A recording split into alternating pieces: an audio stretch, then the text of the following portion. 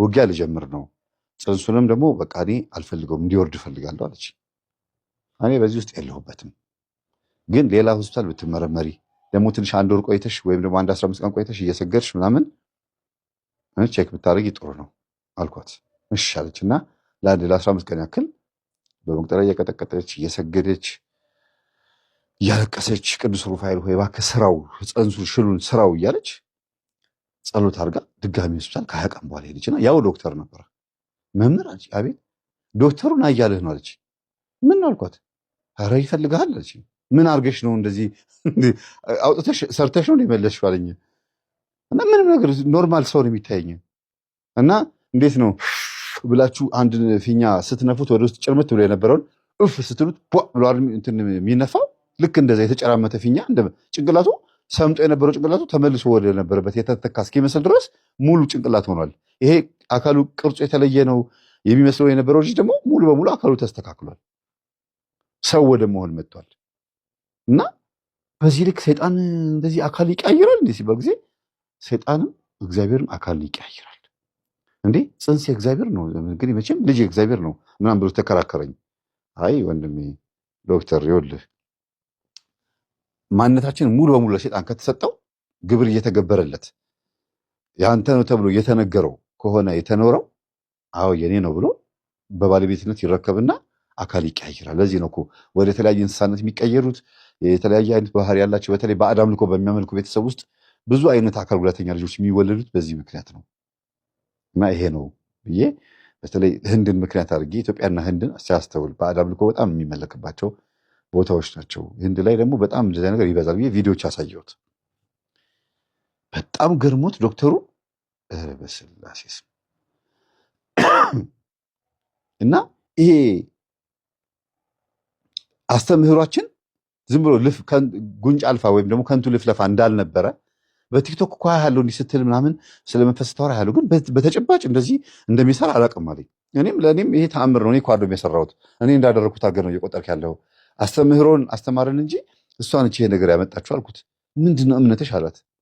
እኔ ወደ እግዚአብሔር ተመልሻለሁ። ሰውየው በቃ ደብተራ ነው ምናምን ባለቤትሽ ደብተራ ደነገጠ እሱ ራሱ እና አዎ ነገርኩት። እንደዚህ ነው ታሪኩን የተወሰነ አንድ 20-30 ደቂቃ ቁጭ ብዬ ስነግረው ኧረ ይሄን ሰውዬ ለውጡት በሱ የተበከለ ብዙ ሰው ይኖራል። አይ እንደዚህ ብዙ ርቀት የሚሄድ ሰው አይደለም ግን አለችኝ ማቃጠበብ አለች እያለ ካፉ ካወጣው መንፈሱ ይሰራለታል ምናምን ብዬ ነገርኩት። ታዲያ ሰይጣን ከተጠናወተው እና ይሄ ጥበብ ካለው እንዴት አልቀጠለበትም?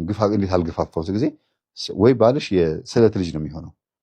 የስለት ልጅ የሆኑና የእግዚአብሔር መልአክ በቅርብ ርቀት ይከታተላቸዋል። ግን በነፃ ፈቃዳቸው ተጠቅመው ከእግዚአብሔር መስመር ይወጣሉ። ሄደው አጋንንትን ይዋረሳሉ። ያ አጋንንት ደግሞ ሰውየው ምንም እንኳን አጋንንትን ፈልጎ ወደ ባህር፣ ወደ ጉድጓድ፣ ወደ ወንዝ፣ ወደ መዋረሻ ቦታ ቢሄድም ሰይጣኑ ግን ያውቀዋል ሰውየውን።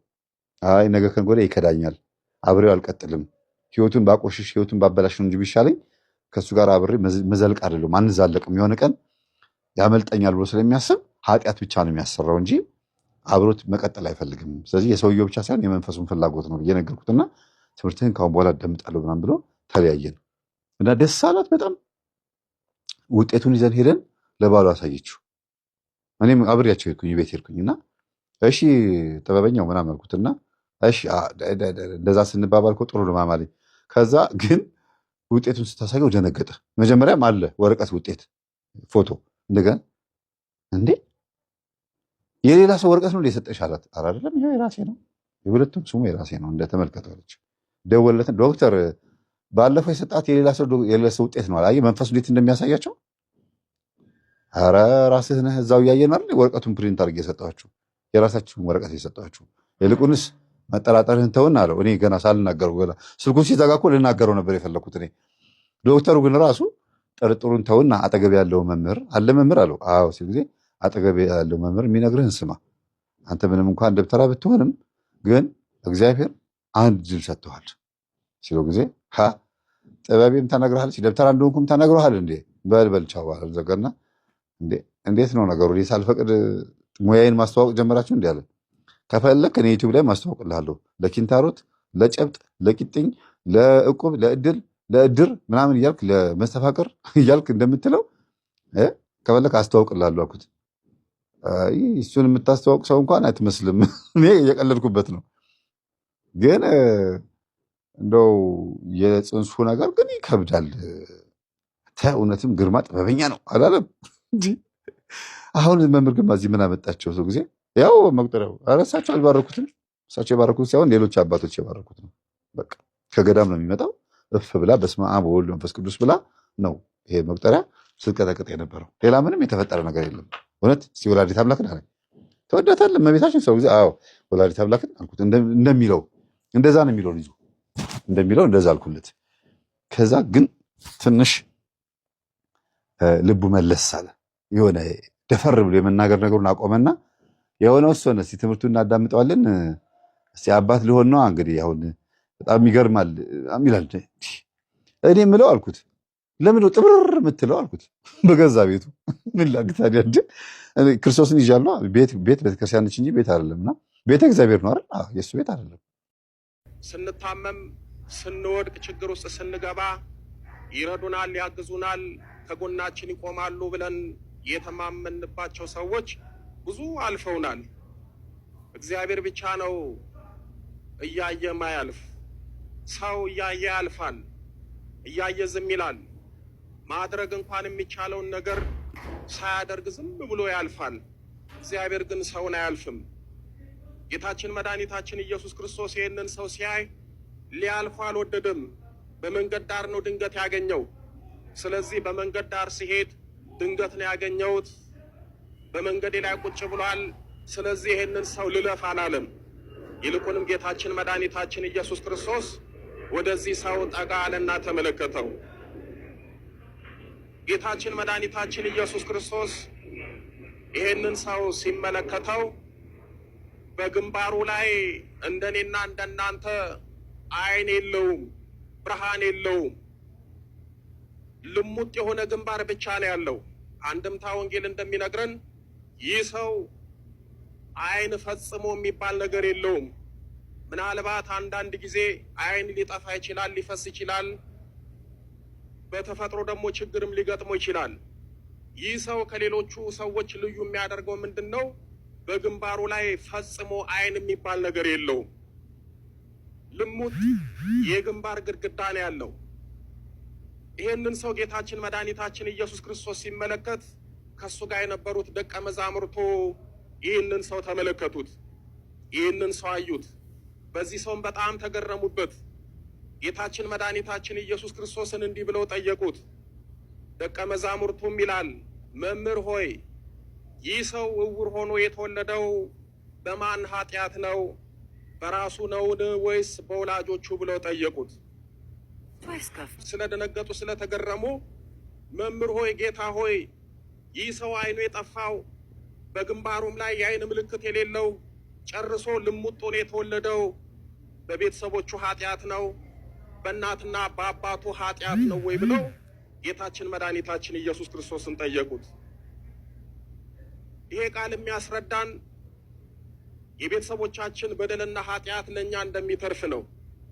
ይህ ማለት ምን ማለት ነው? ለምሳሌ እናት አባቶቻችን፣ አያቶቻችን እግዚአብሔርን ትተው ባዕድ አምልኮትን ይዘው እግዚአብሔርን ማምለክ ትተው ባዕድ አምልኮትን ሲያመልኩ ለእግዚአብሔር መስገድ ትተው ለዛሩ ለጨሌው ሲሰግዱ የእነሱ በደልና ኃጢአት ለእኛ ይተርፈናል። ወይም ደግሞ እነሱ የሰበሰቡት ኮተት ዛሩ የዛር ውላጁ በየጠንቋይ ቤት ዞሮ ያመጡት ለዘርዘር ይተርፋል። በዘመናችን የምንሰቃየው አንዱ ይሄ ነው። እዚህ መሀል አዲስ አበባ ላይ ተወልደው ምንም የማያውቁት ምናልባት አያቶቻቸውን እንኳን ላያውቁ ይችላሉ። ክፍለ ሀገር ያሉት በሞት የተለዩት አያቶቻቸው ሲገብሩት ሲንከባከቡት የነበረው ባዕድ አምልኮት ዛሩ ጨሌው እዚህ ለተወለደው ሰው ዕዳ ይሆናል። ዛሩ በዘር በኩል ይመጣና ቤተሰብን መከራ ያበላል፣ ሕይወት ያበላሻል፣ ሕይወት ያጨናግፋል፣ በበሽታና በሕመም ያሰቃያል፣ ባስ ካለም ደግሞ በሞት ይወስዳል። ስለዚህ ቅዱሳን ሐዋርያት ምን አሉ?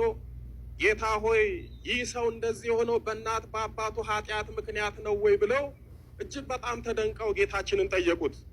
ጌታችን መድኃኒታችን ኢየሱስ ክርስቶስም እንዲህ አላቸው፣ የእግዚአብሔር ሥራ ሊገለጥበት ነው እንጂ እርሱ አልበደለም፣ ወላጆቹም አልበደሉም አለ። እሱም አልበደለም፣ ወላጆቹ ምን አላደረጉም? አልበደልም። ይህ ሰው እንደዚህ ሆኖ መፈጠር ፈልጎ አይደለም የተፈጠረው። ይህ ሰው እንደዚህ መሆን ፈልጎ አይደለም የሆነው። አንዳንድ ጊዜ ችግር ሲገጥማችሁ ያንን ችግር ራሳችሁ ላታመጡት ትችላላችሁ። እጅግራችሁ መታሰራችሁ፣ እድላችሁ መበላሸት፣ ህይወታችሁ መመሰቃቀሉ ምናልባት እናንተ ያመጣችሁት ላይሆን ይችላል። ያ የሚመጣው ምናልባት በጀርባ በኩል ባሉት በቤተሰቦቻችንም ሊሆን ይችላል። ነገር ግን ጌታችን መድኃኒታችን ኢየሱስ ክርስቶስ በእናቱም በአባቱም አይደለም የእግዚአብሔር ሥራ ድንቅ የሆነ ነገር በዚህ ሰው ይገለጥ ዘንድ ነው አለ። አንዳንድ ጊዜ መታመማችን ለበጎ ነው። እኛ በኃጢአት ነው እንላለን፣ እግዚአብሔር ክብሩን ሊገልጥብን ይሆናል። አንዳንድ ጊዜ ልጆቻችን ይታመማሉ። በሳይንስም በሕክምናውም የሚያስደነግጥ ነገር ይነገረናል። እግዚአብሔር ለምን እንደዚህ አይነት ልጅ ሰጠን ብለን የምናማርር ብዙ ሰዎች አለን። እነዛ ልጆች ጌታችን መድኃኒታችን ኢየሱስ ክርስቶስ እንዳለው ክብሩ ድንቅ ስራው እንዲገለጥበት እንደዛ ሆነው ተፈጥረው ተወልዶ ሊሆን ይችላል። ስለዚህ አንዳንድ ጊዜ ችግራችን፣ ፈተናችን፣ ህመማችን፣ ስቃያችን ለጊዜው ለእኛ ፈተና ሊሆን ይችላል። ነገር ግን የእግዚአብሔር ድንቅ ስራ ሊገለጥበት ይችላል። ስለዚህ ጌታችን መድኃኒታችን ኢየሱስ ክርስቶስ ይህ ሰው የእግዚአብሔር ድንቅ ስራ የሚገለጥበት ነው ብሎ ለሐዋርያት መለሰላቸው። በዚህን ጊዜ ሐዋርያት ተረጋጉ። እነሱ አስቀድሞ ያሰቡት ይህ ሰው ሲወለድ ዓይን የለውም፣ ልሙጥ ግንባር ብቻ ነው ያለው። ስለዚህ ምናልባት እናትና አባቱ በድለው፣ እናትና አባቱ እግዚአብሔርን አሳዝነው፣ እናትና አባቱ ኃጢአት ሰርተው እግዚአብሔር ተቀይሞ ተቆጥቶ በልጃቸው በኩል የቀጣቸው መስሎ ቅዱሳን ሐዋርያት ጌታችንን ጠየቁ። አንዳንድ ጊዜ እኛ ስንታመም እግዚአብሔር የተጣላን የተቆጣን የሚመስላቸው ወገኖች አሉ። እግዚአብሔር ለክብር ለጸጋ ወደ ራሱ ሊመልሰን ለራሱ ሊያደርገን ሲፈልግ አንድ ፈተና ሲያመጣ ቤተሰቦቻችን፣ የራሳችን ሰዎች አንተማ አንቺማ ይሄ ፈተና የመጣብሽ ይሄ በሽታ ያዘሽ በኃጢአታችሁ ምክንያት ነው፣ እግዚአብሔርን ስለበደላችሁ ስላስቀየማችሁ ይሄ ፈተና መጣባችሁ፣ ይሄ ችግር ደረሰባችሁ የሚሉ ሰዎች አሉ። አፋቸውን ወደ ሰማይ የሚከፍቱ ሰዎች አሉ። ቅዱሳን ሐዋርያት ስላላወቁ ጌታችንን ጠየቁ። ጌታችን ትክክለኛ መልስ መልሰላቸው። ይህንን ቃል ከጌታችን ከሰሙ በኋላ ቅዱሳን ሐዋርያት ተረጋጉ። ቀጥሎ ምን ይላል? ይህንንም ብሎ ይላል በምድር ላይ ምራቁን እንትፍ አለ። በምራቁም ጭቃ አድርጎ የእውሩን ዓይኖች ቀባው። እንዲህም አለው፣ ሂድና በሰሊሆም መጠመቂያ ታጠብ።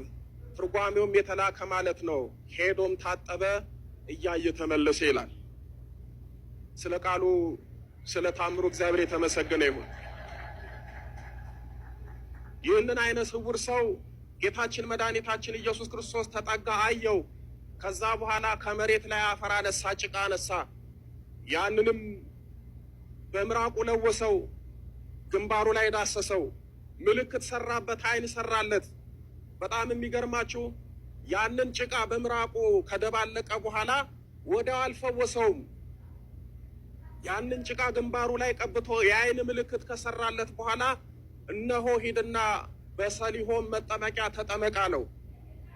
ይህንን ቃል የሰማው ዓይነ ስውሩ ሰው ወደ ሰሊሆም መጠመቂያ ሄደ። ተጠምቆ ሲመለስ ዓይኑ በራለት፣ ብርሃንን ተጎናጸፈና በደስታ ተመለሰ። ጌታችን መድኃኒታችን ኢየሱስ ክርስቶስ እንዲህ ሆኖ እንዲፈጠር ክብሩና ታምሩ እንዲገለጥ ያደረገው ራሱ ነው። አስቀድሞ በእናቱ ማህፀን ጀምሮ ዓይን አልነበረውም። በእናቱ ማህፀን ዓይኑን መሳል፣ ዓይኑን መትከል ይችል ነበረ። ከተወለደ በኋላ ካደገ በኋላ እነሆ በመለኮታዊ ቃሉ ዓይንን መትከል፣ ብርሃንን መስጠት ይችል ነበረ። ለእኛ አብነት የሆነን ዘንድ ጭቃውን አነሳ፣ ምራቁን ለወሰ። ከዛ በኋላ ግንባሩ ላይ ምልክት አደረገለት። ሂድና ተጠመቅ ነው ያለው። ይሄ ምንድን ነው የሚያሳየን ካል በቤተ ክርስቲያናችን ያለው የተቀደሰው አፈር በየገዳማቱ ያለው እምነት የምንለው አስቀድሞ ጌታችን ለእኛ ወደፊት የነገረን ነው። እምነት ተቀብተን መፈወስ እንደምንችል ነው። ጸበል ተጠምቀን አይደለም ከደዌያችን ለሰው የማይደረግ ለሰው የማይቻል ነገር እንደሚቻል ሊያሳየን ነው። ሰው ዓይኑ ከጠፋ ምናልባት ጸበል ተጠምቆ አይኑ ሊበራለት ይችላል። ነገር ግን ልሙጥ ግንባር ይዞ መጥቶ ጸበል ተጠምቆ በታምራት አይኑ ላይሰራለት ይችላል። ነገር ግን ጌታችን መድኃኒታችን ኢየሱስ ክርስቶስ አንድ ሰው እምነት ተቀብቶ በእምነት ጸበል ቢጠመቅ አይደለም የጠፋ አይን ቀርቶ ልሙጥ እንኳን ግንባር ቢሆን አይን ባይኖረው አይን ፈጥርለታለሁ፣ አይን ሰራለታለሁ። ከሰዎች ህሊና ከሰዎች ከዛ ማዘር አልኳቸው። አቤት አሉ። ለምንድነው ስለ ትዳር የጠየቁኝ ስላቸው ጊዜ ያው ቆመ ቀር ወመኔው አያገባ ወይ አምጥቶ አያስተዋውቅን ምን እናርገው? ጎረምሳ ነው ጎተና እናስወጣው። እግዚአብሔር ይስጠው። እየጦረን ያለው አብረን ያለ ነው ማለት አብሮ አይደለም የሚኖሩት፣ ግን ይጦረናል፣ ይመጣል፣ ይጠይቀናል። ግን ምንም እንደ ልጅማ አይታየኝም። አግብቶ ካልወለደ እኔ ልጅ አይደለም አሉ። እንግዲህ ሞራል ለመንካት የሆነ ስሜት ለመንካትና ወኔው እንዲመጣ ለማድረግ የተናገሩት ነው። አልተማሩም። አስኳላ ትምህርት ስላልተማሩ ሰውን እንዴት አድርገው መምከር እንዳለባቸው አንዳንዴ ላያውቁ ይችላሉ። ግን አስኳላ ትምህርት ያልተማረ ሰው መምከር አይችልም ማለት አይደለም። ሲስተማቸውና ዘዴያቸውን ግን ባለማወቃችን ምክንያት እንደ በሽተኛና እንደ ሌላ ነገር ልንቆጥራቸው እንችላለን እና ልንረዳቸው ይገባል። ምናልባት እኔ እኮ የመጣሁት አልኳቸው፣ እኔ የመጣሁት እኮ እናትና አባቴ ይሰድቡኛል፣ ያንጓጥጡኛል፣ ያመናጭቁኛል፣ አያከብሩኝም። በግ እንኳን ለዓመት በዓል ገዝቼ ይዤ መጥቼ ውሰድና እዛው ራስ ከፈለክ አርደህ ብለው አንፈልግም ብለው በዓመት በዓል ቀን በር ዘግተውብኛል። ምንድን ያጠፋሁት ማዬ? ምንድን ነው አባዬ ያጠፋሁት ስላቸው ጊዜ አንተ ሰውዬ አርፈህ ተቀመጥ፣ ዞር በልን ከዚህ ብለውኝ አባረው። ዶሮ እንኳን አልበላውም፣ አልቅሼ ወደ ቤት ተመልሻለሁ አለ። የዛሬ 2 ዓመት አስቡት። እና እኔ ግራ ገባኝ። እሺ ያጠፋሁት ነገር ካለ ስላቸው ጊዜ አይ ምንም ነገር አንፈልግም፣ ምንም ማውራት አንፈልግም፣ መተኛት ትችላለህ፣ ክፍል ገብተህ ያው ተከራይቶ ከመውጣቱ በፊት የራሱ ክፍል አለው፣ ምንም አልጋውም አልተነካ፣ ምንም አልተነካ እና ገብተህ መተኛት ትችላለህ፣ ቴሌቪዥን ማየት ትችላለህ፣ ምግብ አቅርበህ መብላት ትችላለህ፣ ከኛ ጋር ግን ያለህ ነገር አቆመናል ብለው ነው የሚሉት። አነጋገራቸው የገባው አሁን ነው፣ እየሳቀ ነው የሚያዳምጠው አሁን። እና በቃ ወዲያው አንድ ነገር ክፍት ሲልላችሁ እንዴት ነው ኦኬ፣ ለዚህ ነው እንዲያ ሁሉ ብዙ ነገሮች እያስታወሳችሁ ምንድን ነው የሚባለው? የልቡን ሲነግሩት የኮረኮሩትን ያህል ይስቃል ይባላል አይደለም? እና እብድና ብርድ ያስቃሉ በግድ እንደሚባለው በግድ እየሳቀ እብድ ሆኖ እኔ ስጠይቃቸው ግን በጣም ደነገጠ። ድንገት ይሄ ልጅ ገርጋሪ ካለበት ሴት እንዳይቀርብ አይነ ጥላ ካለበት ብዬ እኮ እሱን ላወራችሁ ነው የመጣሁት ስላቸው ጊዜ ይሆናል እዛው አይጠመቅም ቄስ ልኝ ይላል አይደል እንዴ አሉ። አይ ማን ያደረገውን ማን ይጎትት ያወጣል አልኳቸው። እንዴት አሉኝ።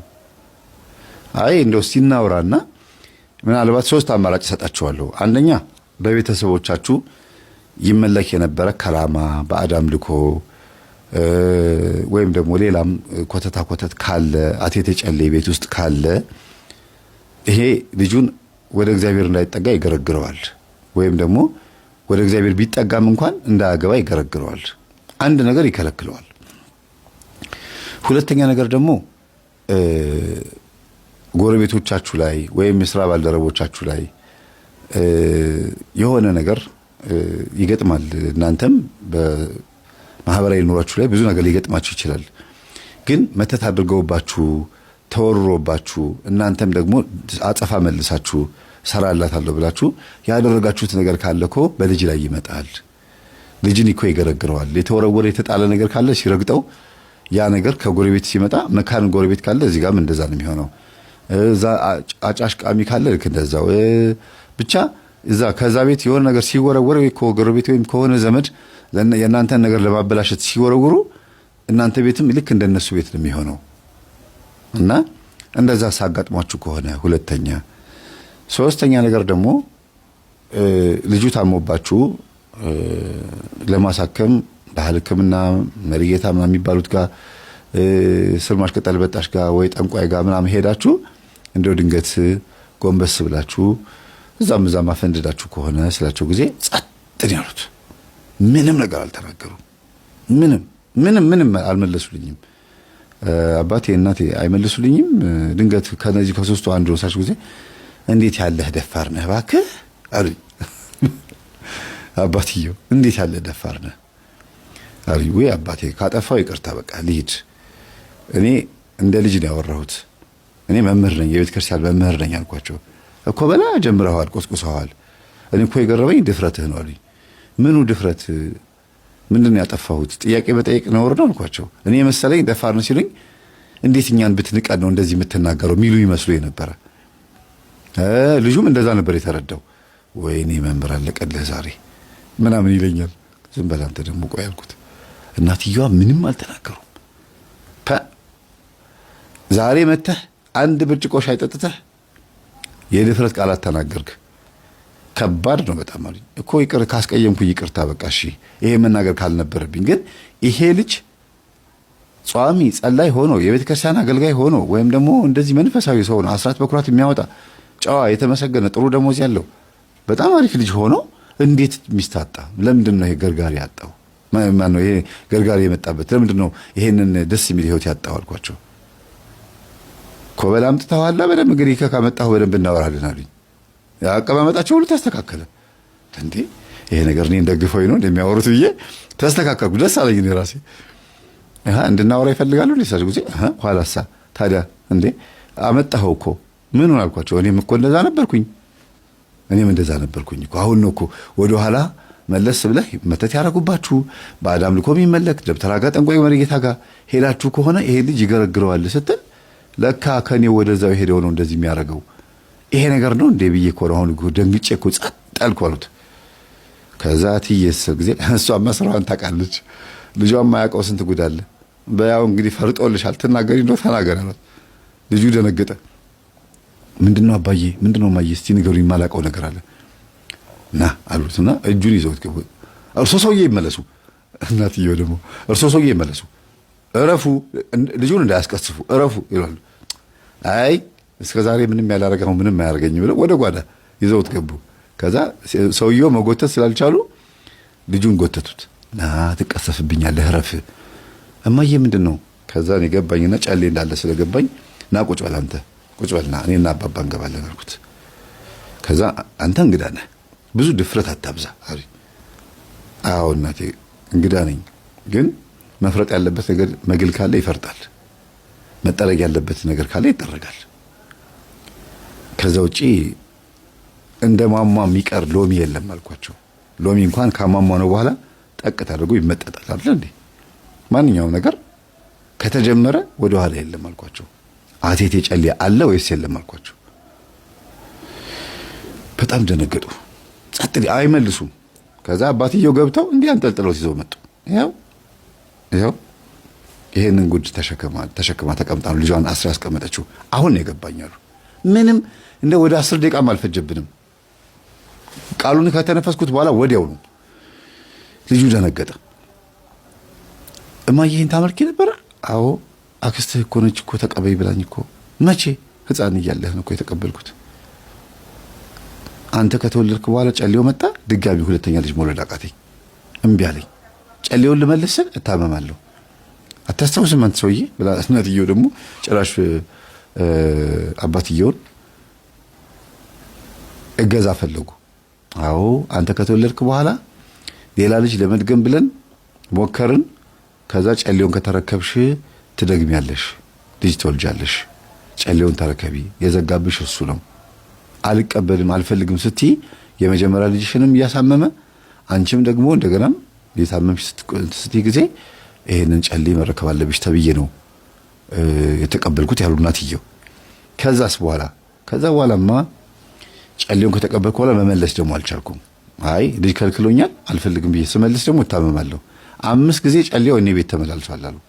5 ጊዜ አልፈልግህም ስለው ተመልሶ ሲመጣ፣ አልፈልግህም ስለው ተመልሶ ሲመጣ ነው።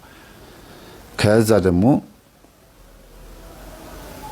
ልጅም ሞክረው ነበረ። አንድ ጊዜ መጣ። ከዛ ወረደባቸው። ወደ የ3 ወር ነው ምናምን ልጅ ወረደባቸው። ዘመድም አምጥተው ማሳደግ ጀምሮ ነበረ። አልተስማማቸውም። ታሞ ሞተ። የዘመድ ልጅ ትንሽዬ ልጅ ማለት ነው። ይሄ ልጅ ብቻ ነው እያደገ ያለው። ምክንያቱም ይሄ ልጅ ሲወለድ